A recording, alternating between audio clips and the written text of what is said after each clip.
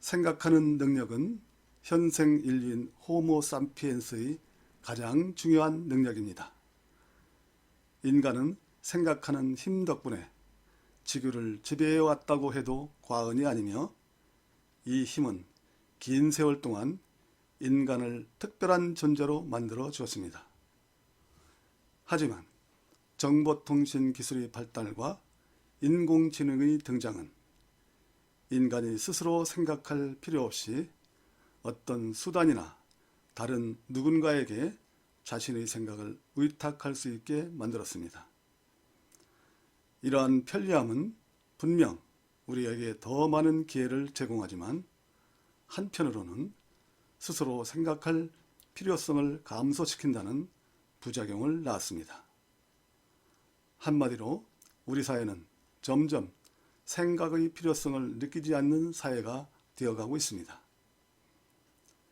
지금의 인류는 호모 사피엔스가 아닌 호모 스키스캔스, 즉 검색 인간으로 분류할 듯합니다. 대화 중에 상대로부터 질문을 받거나 자신이 모르는 내용이 나오면 지체하지 않고 스마트폰을 꺼내 검색하는 행동이 일상처럼 자연스러워졌습니다. 생각의 가치가 없어지고 대화를 통해 얻을 수 있는 부가적인 정보의 획득마저 줄어드는 시대. 지금 우리는 본의 아니게 그런 시대를 만들어가고 있습니다. 지식 서비스를 통해 하나의 정답만을 찾는 행위에 익숙해지면서 답이 정해져 있지 않거나 스스로 해답을 찾아야 하는 문제를 접하면 당황하고 답답해집니다. 효율적이고 신속한 처리는 인공지능이 더 잘 수행하는 분야이기 때문에 점차 인공지능에 의해 대체될 가능성이 큽니다. 앞으로는 결국 시간을 들여 스스로 깊게 생각하는 힘을 가진 사람이 중요하게 쓰일 것이며, 나의 지식을 다른 사람의 지식과 연결하여 통찰하며 통섭에 능한 사람이 각광을 받게 될 것입니다. 생각하지 않는 사회, 생각이 힘입니다.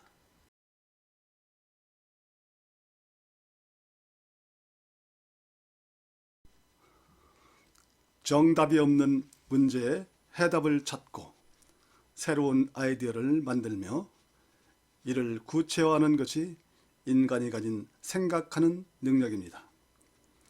인간은 이 능력을 바탕으로 신체적 약점을 극복할 수 있는 도구를 만들었고, 다른 종과의 경쟁에서 완벽한 승리를 거두어 왔습니다. 생각은 인간만의 독자적 능력으로 여겨졌고, 이 능력 덕분에 인류는 유례없는 번영을 누리고 있습니다. 그런데 이에 도전하는 새로운 존재가 등장했습니다. 바로 인간이 개발한 인공지능입니다.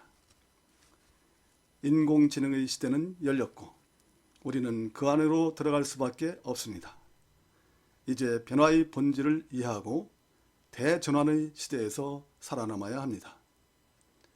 인공지능은 인간의 사고 능력을 모방하며 발전을 하고 있지만 인간과 같아질 수는 없습니다. 인간은 똑같아 보이는 상황에서도 논리성, 합리성, 유리성 등등의 기준을 다르게 적용하지만 인공지능에게는 복합적으로 사고하는 능력은 없습니다. 지금 우리가 해야 할 일은 인공지능을 잘 활용하는 것이고, 그러기 위해서는 인간 본연의 사고방식으로 깊이 생각하는 힘을 키워야 합니다. 인공지능의 등장으로 인간이 그동안 축적해온 생각의 결과물을 인공지능이 눈 깜짝할 새에 만들어내는 것이 가능해져 특정 영역의 기술 및 지식의 소유 여부가 더 이상 중요하지 않은 시대가 되었습니다. 인간이 개발해야 하는 능력은 단연 생각하는 능력입니다. 인간은 일상생활이 다양한 상황에 처했을 때 상황에 맞는 적절한 규칙을 선택해 제각각 적용하는 능력을 지속적으로 키워왔습니다. 이러한 복합적 사고 능력은 인간의 가장 큰 무기이며 인공지능이라는 새로운 경쟁자에게는 없는 인간이 가지는 강점입니다. 주어진 정보를 자기 나름대로 해석하고 평가한 뒤 이를 바탕으로 완전히 새로운 작품을 창작하는 능력, 즉 인간의 생각하는 능력이 인공지능과는 차별화된 요소입니다. 인공지능 시대에 생각하는 능력을 키워야 합니다.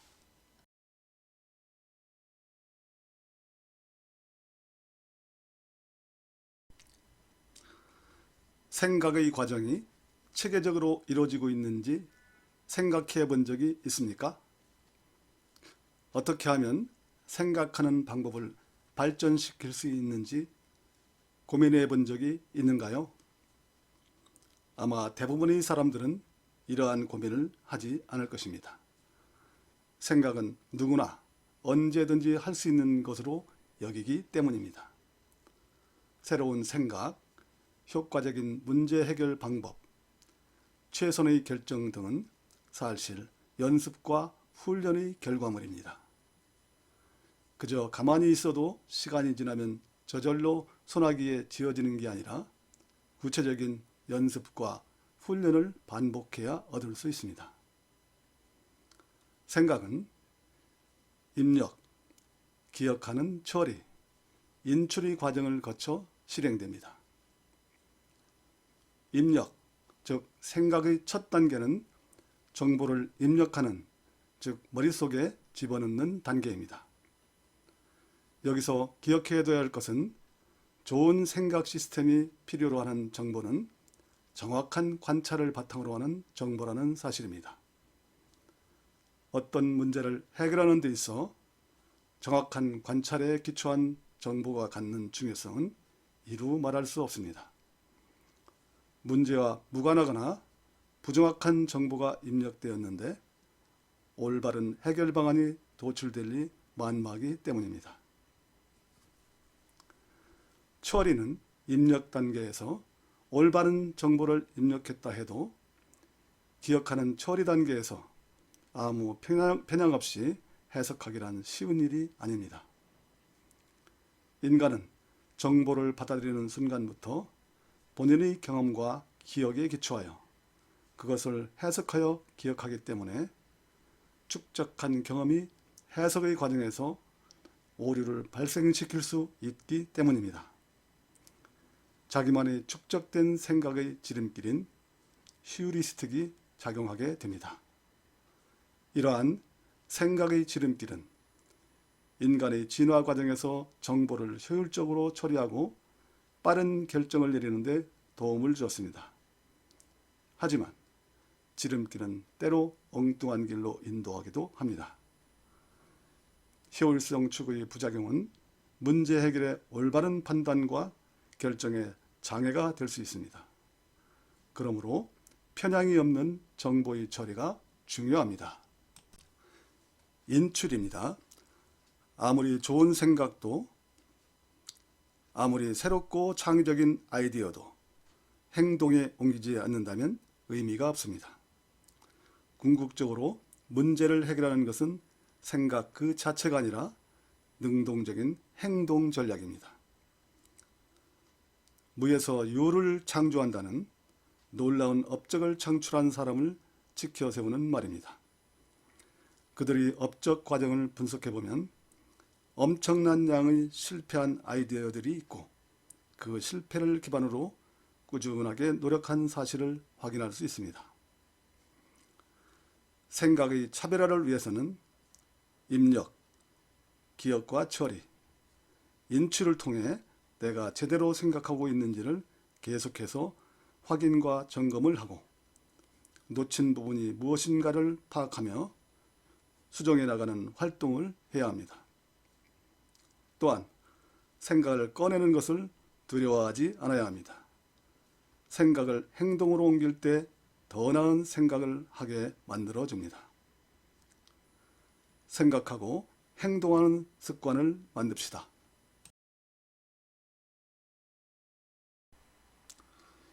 인지심리학자로 노벨 경제학상을 수상한 데니얼 커너먼은 인간의 생각 시스템을 둘로 나눕니다.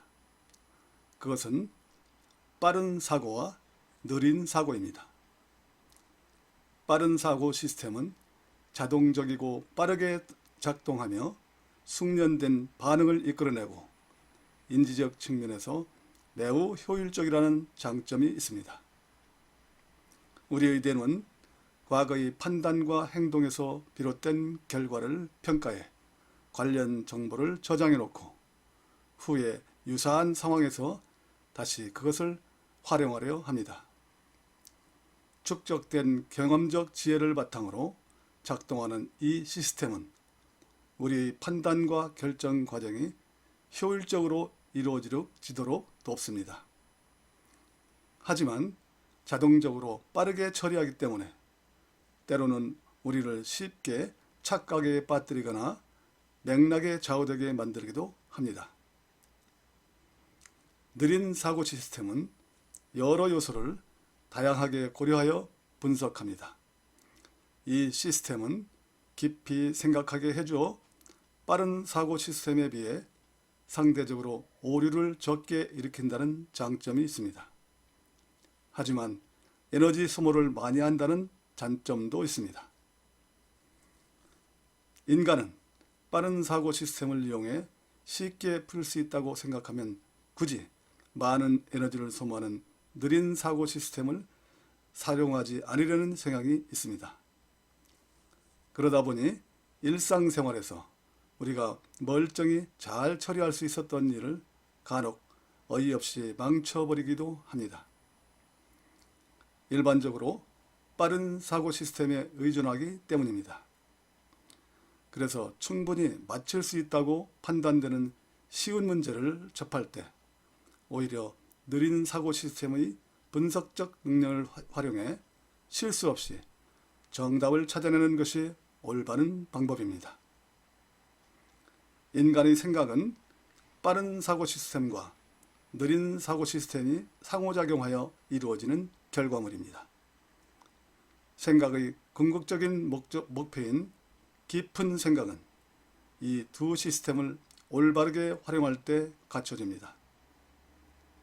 우리는 많은 정보보다는 정확한 정보에 주목해야 하며 최선의 선택과 최고의 결정을 위해서는 두 사고 시스템을 활용하여 장점을 찾고 단점을 효과적으로 보완해야 합니다. 생각하는 능력은 기술이기 때문에 비록 결과가 당장 가시적으로 보이지 않는다 해도 이 기술을 발전시키기 위해 끊임없이 갈고 닦으며 훈련해야 합니다. 생각하는 능력은 기술입니다. 그러므로 끊임없이 훈련해야 합니다.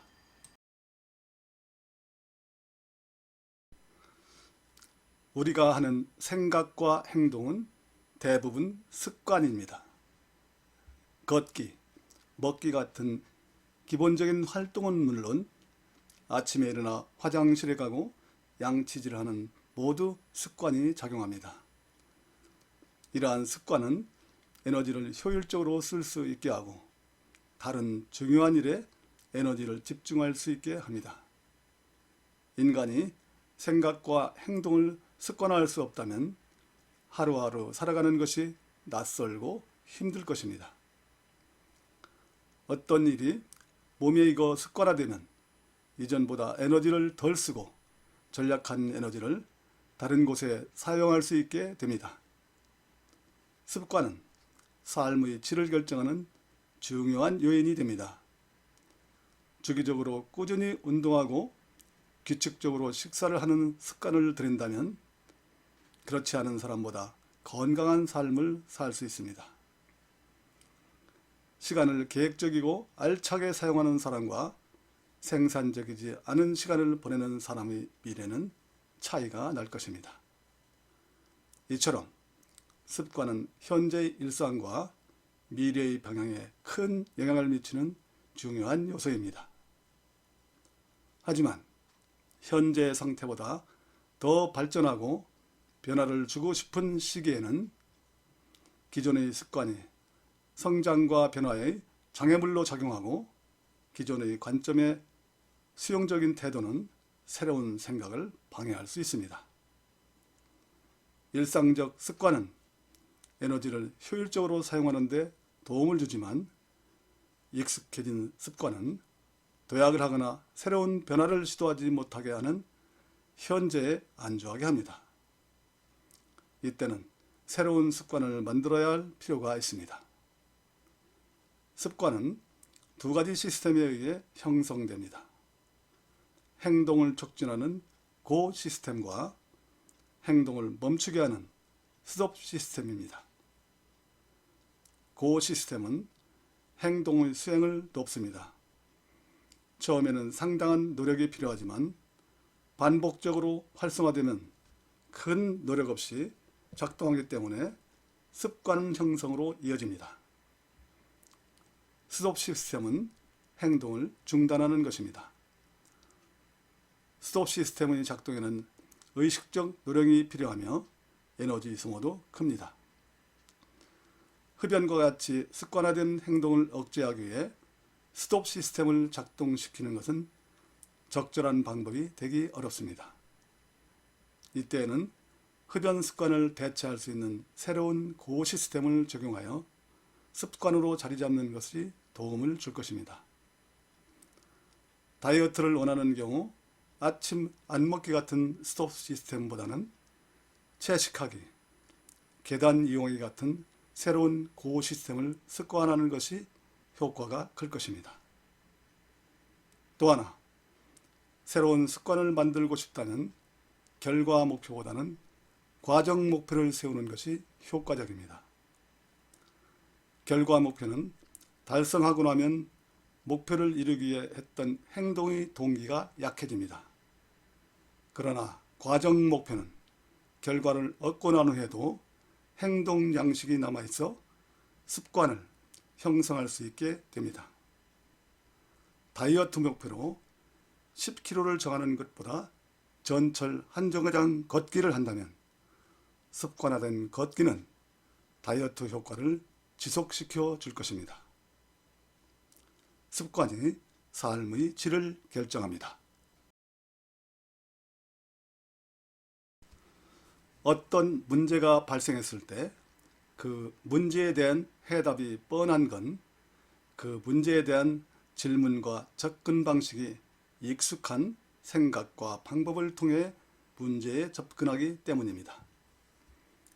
문제에 대해 새로운 질문을 던질 수 있다면 새로운 생각과 틀로 문제를 이해하고 새로운 해답을 얻게 될 것입니다. 강가에 접근 금지 표시를 보고 사람들은 어떤 생각을 할까요? 왜 금지하고 있을까? 금지된 강 속에는 무엇이 있을까? 강 건너에 무엇이 있기 때문일까? 다양한 생각을 할 수 있고 생각에 따라서 질문과 행동도 달라질 것입니다. 생각과 질문을 바꾸면 이전과는 다른, 남들과는 다른 생각과 해결의 틀을 가질 수 있습니다. 인공지능이 등장하기 전까지는 지구상에서 고차원적인 생각을 하는 유일한 존재는 인간이었습니다. 이런 개념은 높은 지능을 가진 또 다른 존재, 인공지능이 등장하면서 무너지고 있습니다. 여기서 인간의 또 다른 장점인 지능과 인식을 분리해 볼 필요가 있습니다. 인간은 무언가에 대해 생각하면서 동시에 자신이 지금 생각하고 있는 것이 무엇인지를 인식하는 모니터링을 합니다. 이처럼 생각에 대해 생각할 수 있는 능력은 오직 인간에게만 있습니다. 인간의 능력은, 인식 능력은 자신의 생각을 모니터링하고 지속적으로 수정해 새로운 기회를 만듭니다. 단순히 무언가를 생각하는 데만 그치지 않고 서로의 생각과 의도를 파악하고 공유함은 물론 지향점을 설정해 조정해 나갑니다. 인간의 가장 큰 장점인 상호 협업을 할 수 있게 해준 것이 바로 인식 능력입니다. 그런데 우리는 왜 지금까지 주로 어떤 생각을 하며 사는지 잘 모르고 있었을까? 그것은 먹자, 자다 같이 생각은 실제로 눈에 보이지 않고 생각을 판단하고 평가할 기회를 가져본 적이 거의 없기 때문입니다. 인공지능 시대 우리의 필요한 것은 바로 메타 생각입니다. 메타 생각은 나는 어떻게 생각하고 어떤 생각을 많이 하며 어떤 생각을 하고 싶고 어떤 요인이 내 생각을 방해하는가를 생각하는 것입니다. 자신의 생각을 관찰, 계획, 통제하며 양질의 생각을 이끌어내는 생각의 관리입니다. 평소에 자신의 생각과 감정을 의식적으로 관찰하고 자주 질문을 던지며 왜 그런 생각을 하는지 고민해보고 새로운 주제에 대해 학습하고 지식을 확장하는 것 등 메타 생각을 습관화합시다. 메타 생각은 사고력을 풍부하게 발전시켜 인공지능을 활용하는 인간이 되게 할 것입니다.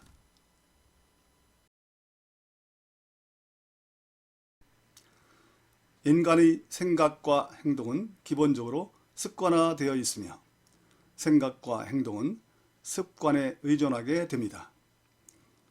이러한 방식으로 작동하는 이유는 인간이 에너지와 인지적 자원을 아끼는 방향으로 진화해 왔기 때문입니다.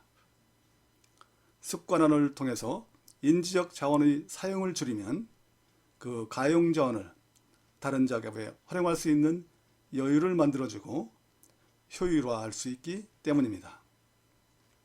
따라서 생각과 행동을 효율적으로 처리할 수 있는 방법은 습관을 가동하는 것이고 핵심 습관이 작동하게 만드는 것입니다. 행동주의 심리학의 중요한 개념으로 학습된 근면성이 있습니다. 한 가지 일을 열심히 해서 성취를 이루고 나면 그 노력이 다른 일을 하는 데까지 확산한다는 것입니다. 반대로 학습된 무기력도 있습니다. 여러 번의 노력에도 실패한 경험은 다른 일에도 자신감과 의욕을 떨어지게 한다는 것입니다. 습관의 형성에 중요한 것은 생각이나 행동 전체를 습관화하려는 것 같은 무모한 시도는 지양해야 한다는 것입니다. 무리한 계획은 필연적으로 실패하기 마련이고 반복되면 실패도 습관화되기 때문입니다. 성공하기 쉬운 정도의 생각이나 행동의 습관을 통해 점차 큰 단위로 나아가는 것이 효율적이며 습관화가 필요한 생각과 행동을 기본적이고 구체적인 절차로 세분화한 후 단계적으로 진행해야 합니다. 큰 업적이나 성공한 사람들이 행동의 습관화에 사용해온 크리에이티브 루틴을 소개합니다. 크리에이티브 루틴은 하루 중 미리 정해둔 시간이 되면 정해둔 일이나 행동을 수행하는 것을 말합니다. 키포인트는 항상 일정한 시간에 계획적으로 움직인다는 것입니다. 일례로 칸트는 항상 일정한 시간에 산책을 해서 마을 사람들이 산책 나온 칸트를 보고 시간을 알았다는 유명한 일화가 있습니다. 성공하기 쉬운 목표를 정하고 루틴을 만들어 천천히 몸에 익히는 데 집중하면 과정이 습관화되고 성공하면 별 노력을 기울이지 않고도 좋은 습관을 확장해 갈 수 있을 것입니다. 좋은 생각과 행동을 일정한 시간에 하는 루틴을 만들어 봅시다.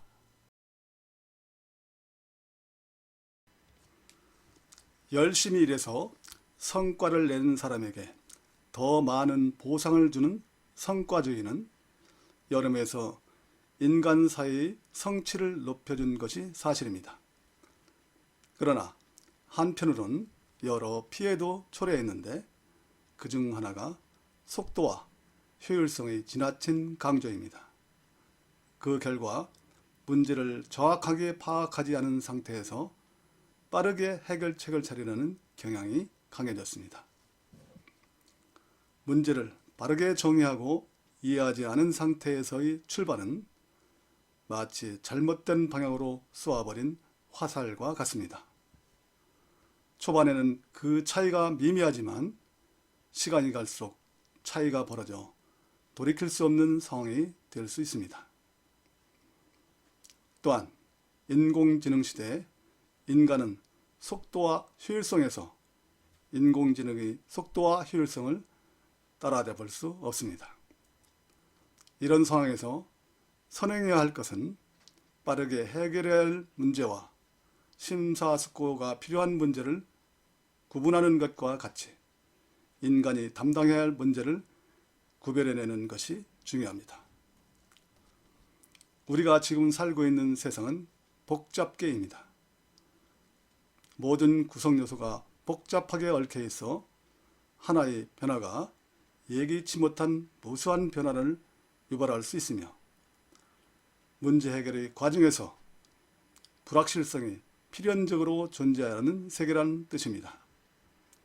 핵심은 모든 것이 서로 얽혀 있기 때문에 예측이 어렵다는 것입니다. 이런 복잡계가 주는 불확실성은 인간을 지속적으로 자극하고 생각하게 만든다는 점에서 발전의 조건이기도 하지만 인간은 복잡한 상황을 싫어하며 과도하게 단순화하려는 경향이 있어 문제 해결이라는 목표와 멀어질 수 있습니다. 그러므로 불확실성을 염두에 두고 하나의 행위가 유발할 수 있는 다양한 결과를 예측하는 노력을 게을리할 수 없습니다. 인간은 보이는 대로 보지 않고 들리는 대로 듣지 않습니다. 인간은 입력된 정보를 그대로가 아닌 자신의 경험과 기억에 근거해 해석하는 방식으로 처리합니다.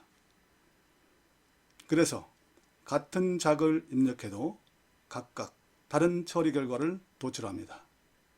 그렇기에 자신이 알고 모르고의 현재의 지식 상태를 정확히 판단하는 것은 문제를 정확히 정의하고 이해하는 데 필수 과정입니다. 나의 현재 상황과 실력을 객관적 시선으로 바라보고 판단할 수 있는 능력을 메타인지라고 합니다. 메타인지는 스스로에 대한 모니터링을 통해 자신이 알고 있는 것과 모르는 것을 구별하게 해줍니다.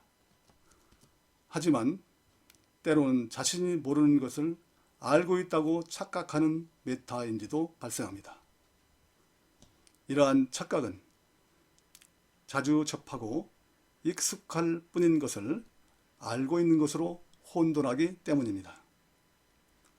자신이 아는 것과 모르는 것을 정확히 인지해야 내가 할 일과 인공지능의 도움으로 속도와 효율성을 높일 수 있습니다.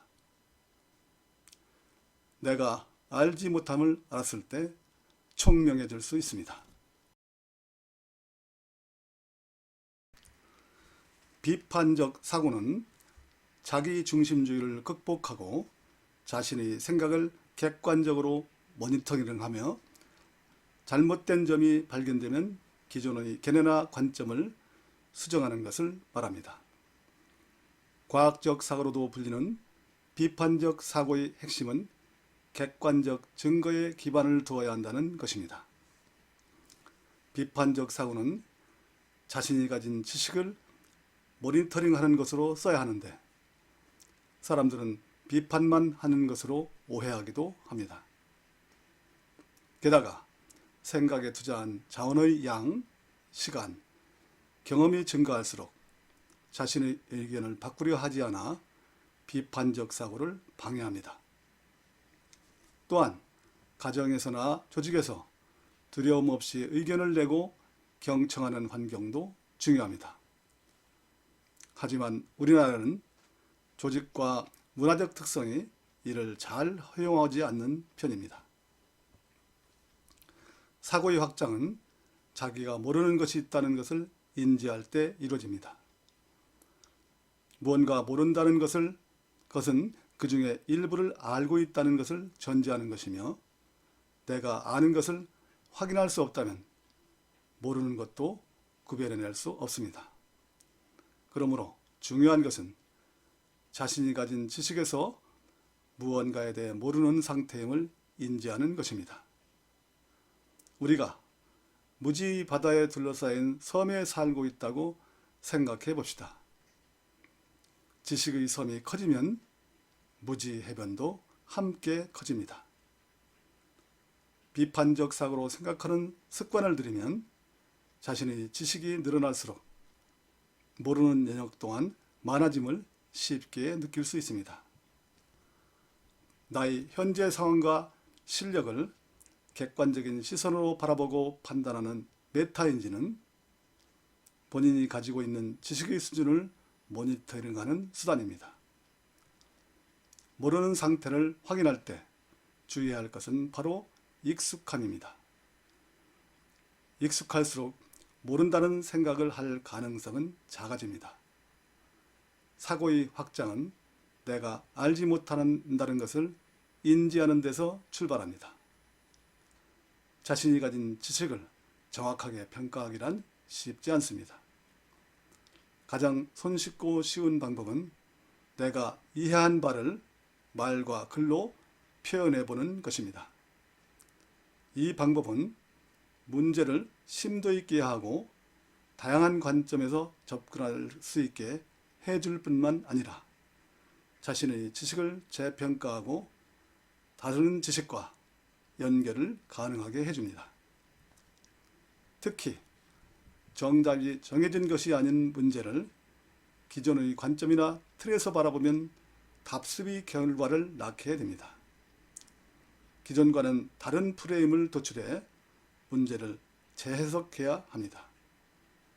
문제의 이해, 정확한 관찰, 상황의 분석, 인과관계 등을 바탕으로 문제의 재구성을 반복하다 보면 사고를 확장하는 비판적 사고력이 길러지고 인공지능 시대에 인공지능을 활용하는 능력을 키우게 될 것입니다.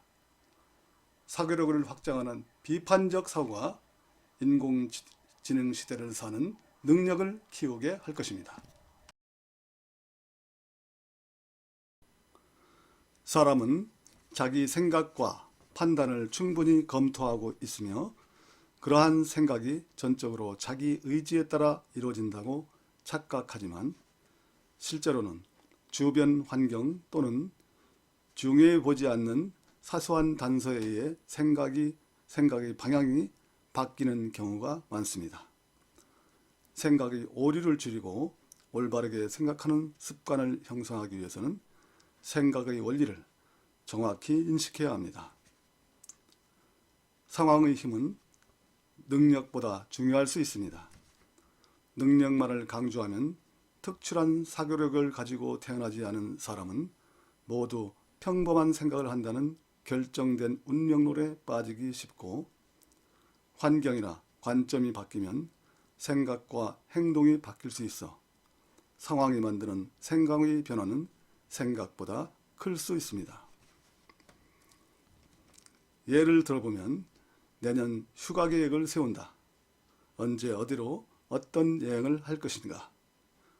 일상을 벗어나는 즐거운 여행 계획은 그때가 빨리 오기를 기다림으로 설레일 것입니다. 하지만 막상 그 시기가 다가오면 필요한 물품을 구입해야 하고 휴가를 떠나기 전 처리해야 할 일들도 마무리해야 하고 비행기표나 호텔 예약이 잘 되었는지에 대한 불안감 등으로 여행 준비가 귀찮아지고 차라리 집에서 편히 쉴 걸 하는 생각을 하게 됩니다. 또한 제품 중에 삼성전자 TV나 중국의 하이엘 TV 선호도를 묻는다면 삼성전자를 선택할 것입니다. 그러나 침실에 하나 더 놓을 TV를 선택하라는 조건을 제시하면 가격이 저렴한 하이얼 TV를 선택한 확률은 높아질 것입니다. 이와 같이 생각은 상황과 관점에 따라 변화합니다. 그러므로 의미를 중심으로 생각하는 습관을 의식적으로 키울 필요가 있습니다. 우리가 꿈꾸는 미래는 오늘과 내일의 번거로운 일들의 수행이 쌓여서 만들어집니다. 귀찮은 절차에 초점을 맞추면 만족감이 떨어집니다. 현재 하고 있는 어렵고 번거로운 일들이 모여서 만들어줄 미래를 떠올려 봅시다. 희망하는 미래가 실현되기까지는 의미와 절차의 균형이 필요하고 상황에 따라 변화할 수 있는 생각의 오류를 피하기 위해서는 의미를 중심에 두는 생각의 습관화가 필요합니다. 의미 중심의 사고를 습관화합시다.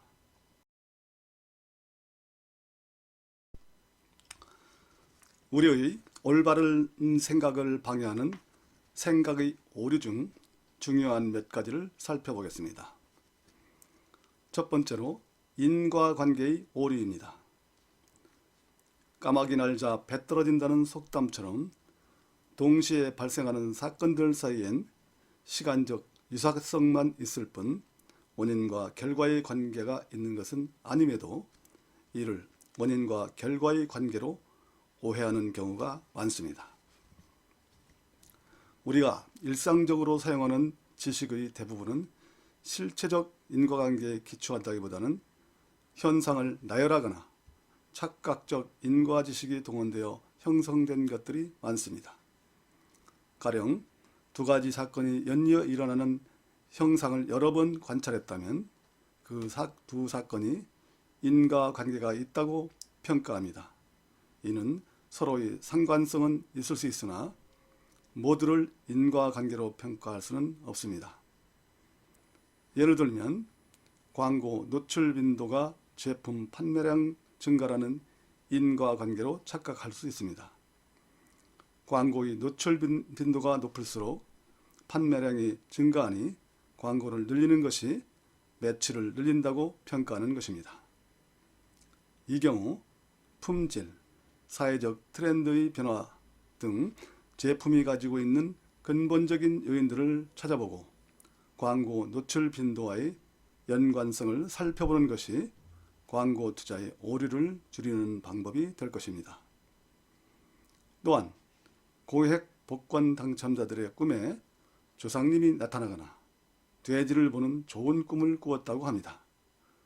좋은 꿈이 복권 당첨의 원인처럼 생각할 수 있는데 좋은 꿈을 꾸었는데 복권에 당첨되지 않은 경우와 좋은 꿈을 꾸지 않았지만 복권에 당첨된 경우를 생각해보면 좋은 꿈이 복권 당첨의 원인이 아니라는 것을 쉽게 알 수 있습니다. 인과관계를 파악하는데 원인이라 생각하는 사건의 부재시에도 동일한 결과가 나타나는지에 대하여는 고려하지 않는 것입니다. 두 번째로 기억의 오류입니다. 인간의 올바른 생각을 방해하는 오류 중 가장 흔히 접할 수 있는 것이 바로 기억의 오류입니다. 기억의 오류를 보여준 대표적인 현상은 피크 앤드 법칙입니다. 피크 앤드 법칙은 우리 기억이 전체 경험의 합이나 평균이 아니라 경험의 가장 강렬한 것과 최근의 경험을 기준으로 판단한다는 법칙입니다. 강렬한 감정적 기억을 우리 뇌가 선택적으로 보호하여 기억하고 오랜 시간 유지시킨다는 것입니다. 특히 후회 같은 부정적인 감정을 가져다주는 사건일 경우 더 오래 기억합니다. 시험을 칠 때 작성한 답을 수정해 본 경험이 있을 것입니다. 운이 없게도 고친 답은 오답이고 처음 작성한 답이 정답인 경험을 해보았을 것입니다. 중요한 시험일수록 부정적 감정을 반복하여 떠올리고 이야기함으로써 강하고 오래 기억되고 처음 작성한 답이 정답이니 고치지 말아야 한다는 관념을 형성하게 합니다. 실제로는 고쳐서 마친 경우가 훨씬 더 많을 텐데 그 기분 좋았던 그 순간은 이내 잊어버리게 되는 것입니다.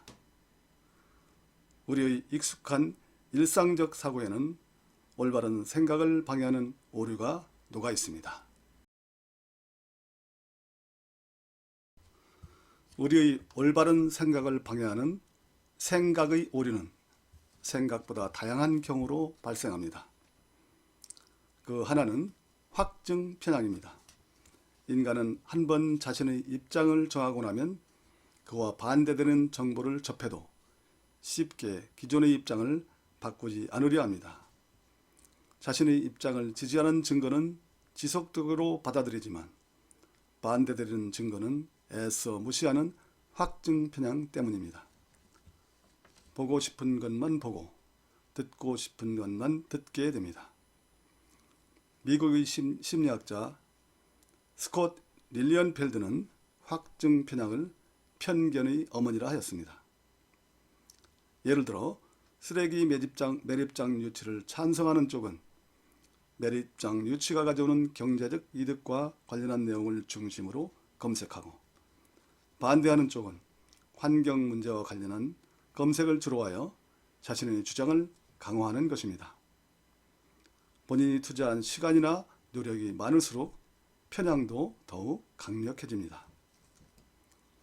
또 하나는 생각의 지름길입니다. 인간은 골치 아프고 복잡한 문제를 해결할 때 가급적이면 간단하고 노력이 많이 들지 않는 방법을 찾으려 합니다. 이것을 인지적 구두쇠라 합니다. 그래서 사람들은 시간과 자원을 아껴주는 생각의 지름길인 휴리스틱을 사용하고 일단 지름길을 찾으면 다른 길을 가지 않으려 합니다. 그런데 조건이나 상황이 바뀌었다면 이전의 지름길은 더 이상 지름길이 아니게 될 수 있습니다. 생각의 지름길은 매우 효율적이 될 수 있지만 편향이 발생할 가능성도 있는 양날의 검이 될 수 있습니다. 예를 들면 2차 전지가 뜨면서 관련 주가가 폭등하면 분위기에 편승하여 기업의 실제 가치나 전망 분석 대신에 트렌드를 따라 투자하는 것과 같이 눈에 띄고 특징적인 점에 지나치게 주목하여 판단하는 대표성 휴리스틱에 빠지고 인간이 가진 정보 처리 한계 때문에 가용성이 높은 눈에 잘 보이거나 머릿속에 잘 떠오르는 정보를 위주로 결정하는 가용성 휴리스틱을 사용합니다.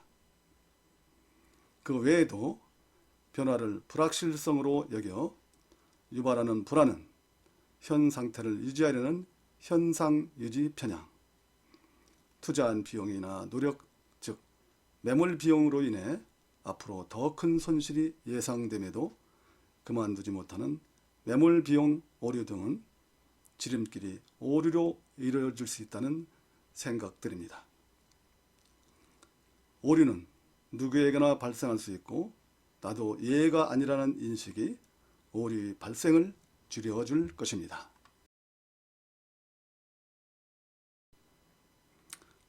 (1978년) 노벨 경제학상을 받은 허버트 사이먼은 우리 인지 능력이 상당히 제한되어 있기 때문에 올바로 결정하기 힘들다고 합니다.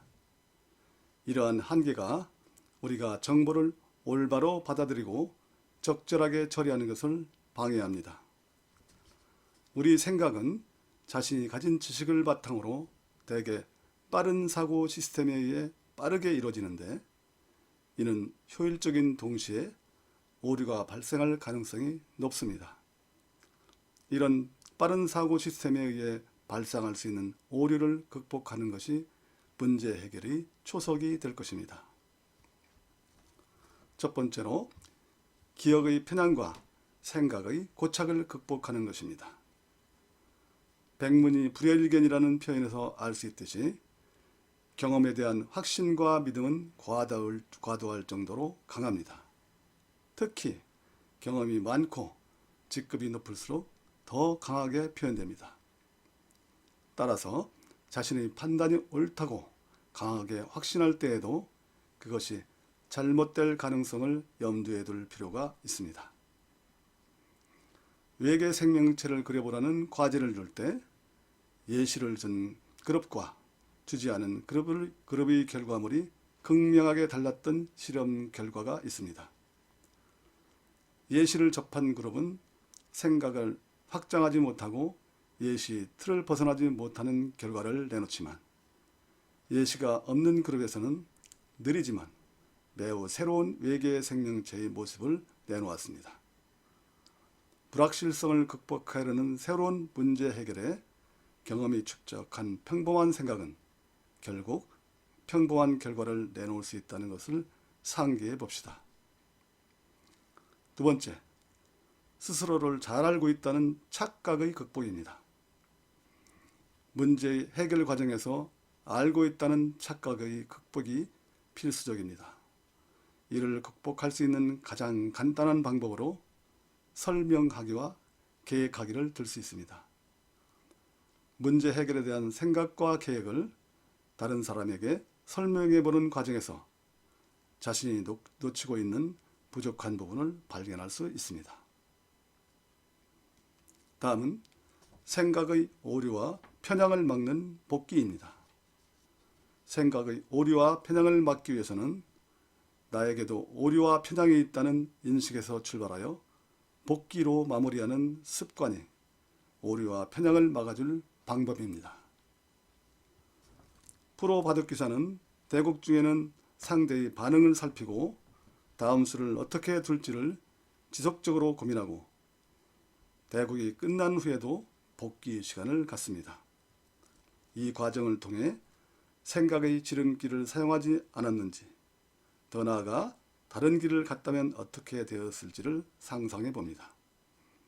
이런 과정이 오류를 줄이고 성장을 이루게 하는 것입니다. 마지막으로 사전 검시입니다. 우리는 불확실성의 세계를 살고 있고 예측하기 어려운 일들이 발생합니다. 이러한 불확실성의 증가는 역설적으로 리스크 관리의 중요성과 필요성을 말해줍니다. 이를 보완할 방법으로 게리 클라인이 고안한 사전 검시가 있습니다. 실패를 미리 가정하고 그에 대한 분석을 통해 대비책을 고민해보는 일종의 예기적 사후 가정입니다.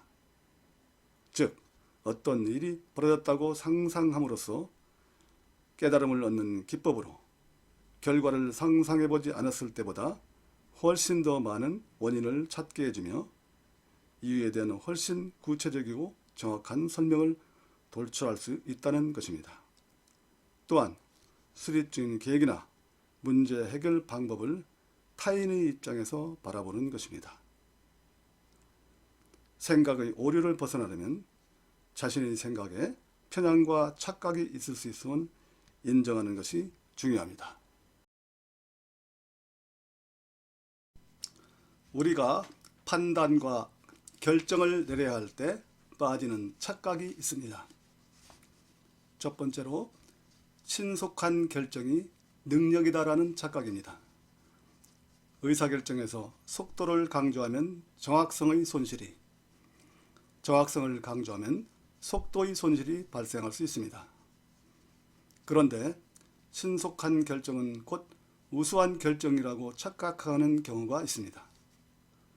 신속한 결정을 내리는 사람은 능력의 소유자로 보일 수 있으나 결정을 오류에 빠질 가능성은 더 높습니다.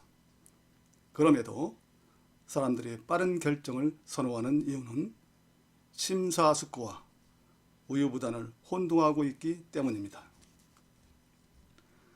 빠른 결정이 필요한 상황도 있지만 실행에 앞서 문제점을 다양한 방식으로 고민할 때 더 좋은 결정을 내릴 수 있음을 명심해야 합니다.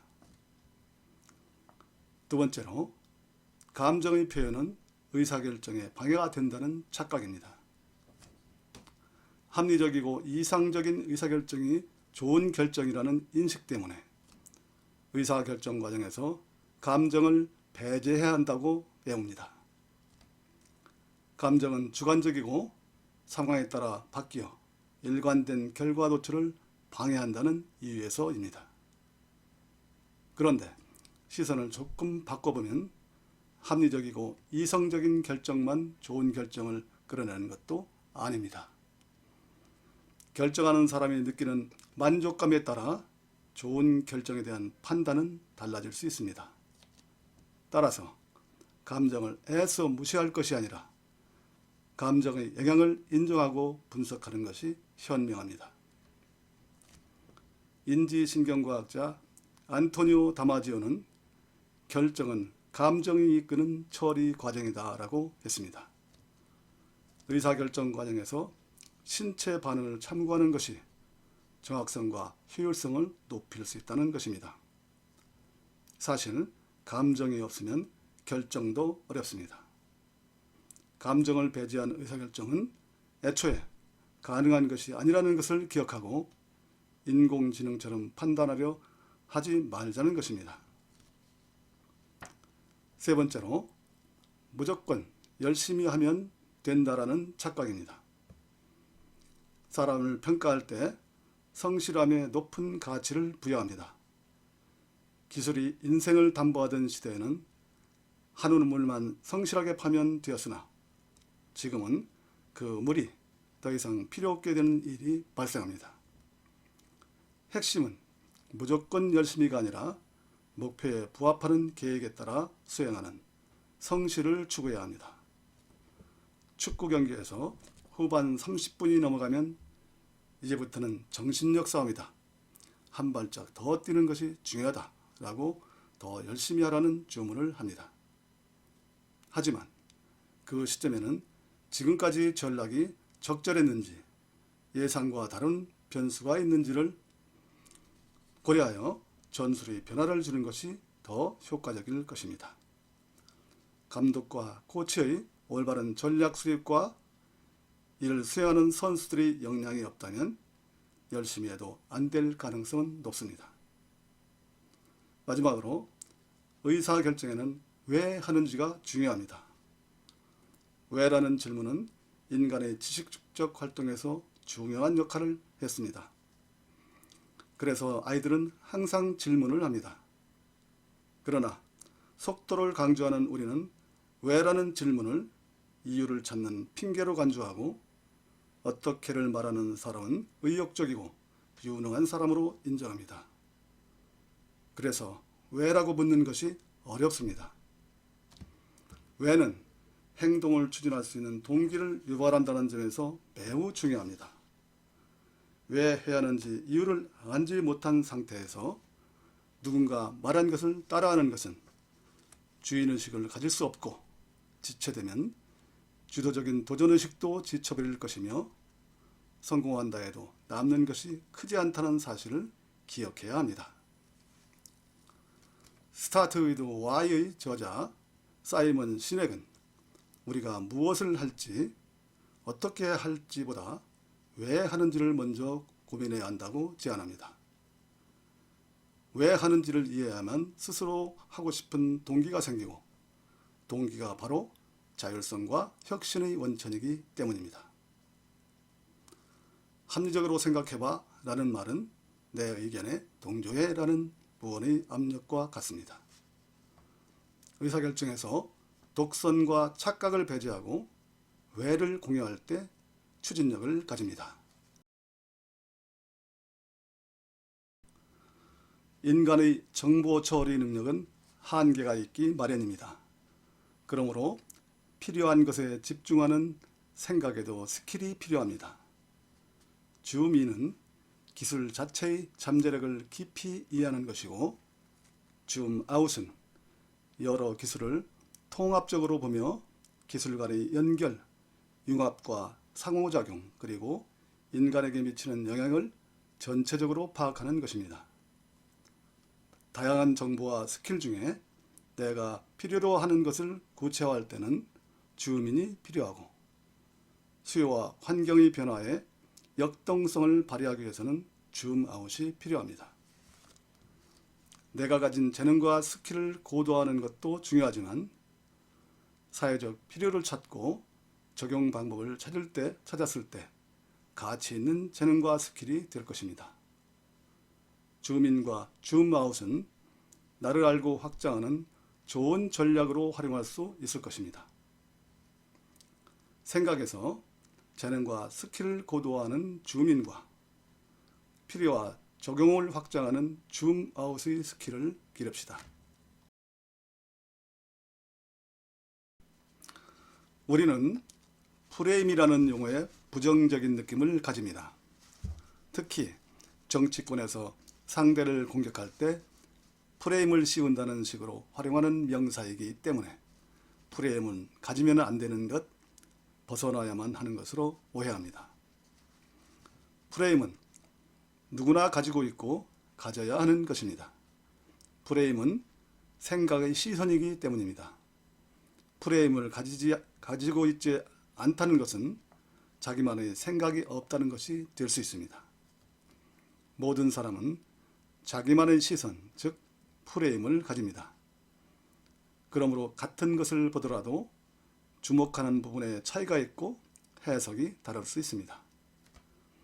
프레임이 없이 세상을 보는 것은 불가능할 수 있고 프레임을 벗어나야 한다고 주장한다면 그것은 무시가 될 수 있습니다. 하나의 사건을 여러 가지 프레임으로 접근할 때 다양한 관점에서 사건을 볼 수 있습니다. 만약 언론사가 자기만의 프레임으로 취재를 하는 것이 아니라 다른 매체의 기사를 복사하여 붙여놓는다면 그 사건을 보는 시선을 획일화하여 한쪽으로 몰아가는 것이 될 것입니다. 프레임은 다양할수록 생각과 해석을 확장할 수 있습니다. 다만 나만의 프레임에 갇히지 말고 다른 프레임을 가질 수 있다는 것을 인식하고 인정하는 것이 중요합니다. 그래야 서로 건강한 방식으로 설득이 이루어지고 조정되는 소통이 이루어질 것입니다. 나만의 프레임에 갇히지 말고 나와 다른 프레임을 인식해야 생각을 확장할 수 있습니다. 호모 사피엔스가 지구를 지배하게 만들어준 힘은 소통과 협력입니다. 제4차 산업혁명 시대인 지금도 소통과 협력은 중요한 가치입니다. 나 혼자 생각하면 하나의 관점만 가지거나 나의 프레임대로 생각하는 경향성을 가지게 될 것입니다. 그렇기에 여러 사람과 소통하며 서로가 가진 다양한 관점을 공유하면서 생각을 확장할 수 있습니다. 과거에는 경험과 지속적인 연습을 통한 숙달과 향상이 개인과 조직의 성공을 예측하는 척도가 되었습니다. 그러나 개인이 가지고 있는 지식의 양은 평생을 쌓는다 해도 1GB 정도로 추정된다고 합니다. 그 정도의 지식으로는 4차 산업시대의 변화에 적응하기 어려운 것이 현실입니다. 지식 간의 융합을 통한 혁신이 개인의 한계를 극복하는 방식입니다. 그러므로 지식 공동체의 일원이 되어 각각의 전문 영역에서 지식을 축적하고 이 일을 효율적으로 공유하는 것입니다. 에드워드 일슨은 연구실에서 홀로 연구하는 위대한 과학자는 존재하지 않는다고 했습니다. 집단의 지능을 모으는 것은 분명 효과가 있을 것입니다. 그러나 의견이 섞이는 과정에서 범위를 확장하고 새로운 무언가를 만드는 것은 쉬운 일이 아닙니다. 집단 지능을 모으고 활용하는 집단 지혜가 필요한 것인데 집단 지혜는 자신이 모르는 것을 인정해야 가능합니다. 호모 사피엔스는 기본적으로 협업을 기반으로 진화해 왔습니다. 어느 누구도 진화 과정에서 모든 분야를 통달한 적이 없습니다. 분야를 세부적으로 나누고 전문성을 기르는 방식이 협동 작업의 지구를 지배한 생존 전략이었던 것입니다. 변화와 혁신은 자신이 갈고 닦은 것을 바탕으로 타 분야의 전문가들과 교류하는 소통 능력을 갖추는 것이 좋은 방법입니다. 오케스트라가 개별 연주자들이 본인의 악기만 완벽하게 연주하는 것으로 하나의 곡을 완성할 수 있다고 생각하는 것은 환상입니다. 진정한 하모니와 창작은 오직 소통과 협력을 통해서만 이루어집니다. 서로 소통하며 다양한 관점을 공유할 때 생각은 확장됩니다.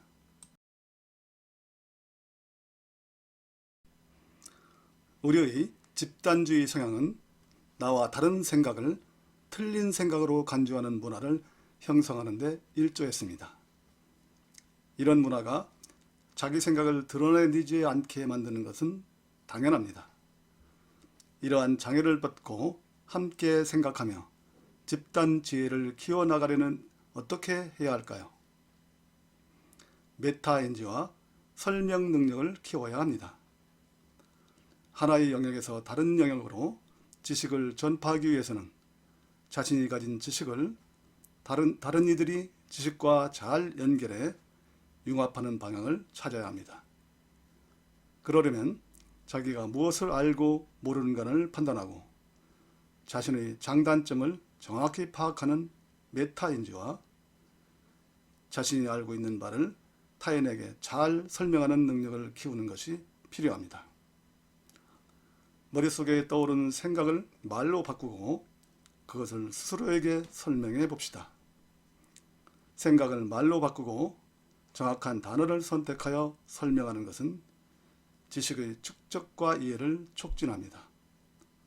설명으로의 능동적이고 주도적으로 정보를 생성하는 훈련을 통해 기억과 이해가 깊어지고 상대에게 명확히 전달할 수 있는 지식만이 진정한 알미고 진정한 지식입니다. 질문이 차이를 만듭니다. 동질성의 강조는 의견이나 질문의 제기를 불쾌하게 여기고 공동체에 반하는 것으로 간주하는 경향이 생길 수 있습니다. 집단 지혜는 다른 이들이 어떤 지식과 생각을 하고 있는지 알아가는 데서 시작됩니다. 질문은 대화를 활성화하고 다른 사람의 지혜를 얻을 수 있게 합니다. 자유로이 대답할 수 있는 열린 질문과 깊은 내용을 파고드는 반복 질문을 충분히 활용하는 것이 좋습니다. 커뮤니케이션의 주인공은 듣는 사람입니다. 대개 사람들은 누군가에게 설명을 하고 나면 자신이 의도한 대로 내용을 정확히 이해했을 것이라고 착각하여 이후 자신이 말한 바와 상대가 이해한 바가 전혀 다르다는 사실을 알고선 놀라는 경우가 적지 않습니다. 우리가 대화를 하는 목적은 자신의 생각을 그저 말하라는 것이 아니라 상대에게 올바로 전달하려는 데 있습니다. 따라서 이해는 설명하는 사람의 책임이고 커뮤니케이션의 주인공은 듣는 사람이라는 것을 간과해서는 안 됩니다.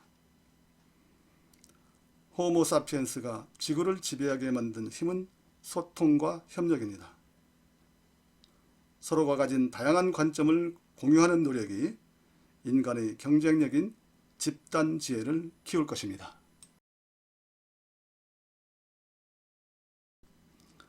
어떤 문제에 하나의 답이 존재하는 시대는 지나가고 있습니다. 복잡성과 불확실성이 점차 증가하면서 고차방 정식의 해답을 찾아야 하는 경우가 대부분입니다. 또한 세상의 모든 문제에 정답이 있는 것도 당연히 아닙니다. 우리가 살면서 접하는 문제는 크게 둘로 나눌 수 있습니다. 하나는 정답이 있는 문제, 다른 하나는 해답을 찾아야 하는 문제입니다. 이 두 유형의 해결 능력을 발전시켜줄 교육 시스템이 있다면 좋겠지만 정답이 있는 문제를 찾는 것에 초점이 맞춰져 있어 해답을 찾아야 하는 문제를 접할 때 어려움을 느낍니다. 인공지능의 등장은 역설적으로 인간의 생각이 얼마나 특별한지를 보여주는 계기가 되었습니다. 인간이 발전시킨 컴퓨터와 인공지능과의 대결에서 인간이 패했습니다. 그러니 인공지능이라는 존재에 대한 두려움이 커가고 있습니다. 인공지능은 발전 과정에서 몸집을 불려가면서 거인이 되어가고 있습니다. 딥러닝을 거쳐 물으면 답하는 인공지능은 인간의 생각을 대신하는 지경에 이르렀는데, 비용 측면으로 보면 학습에 드는 비용, 시스템을 구축하는 비용, 거기에 필요한 에너지는 천문학적 비용을 수반합니다. 지구온난화를 고려한다면 인공지능의 상위 윤리적으로 올바른 선택인지 의문을 던지게 합니다. 인간은 어떠한가요? 빅데이터를 처리한 능력은 없습니다.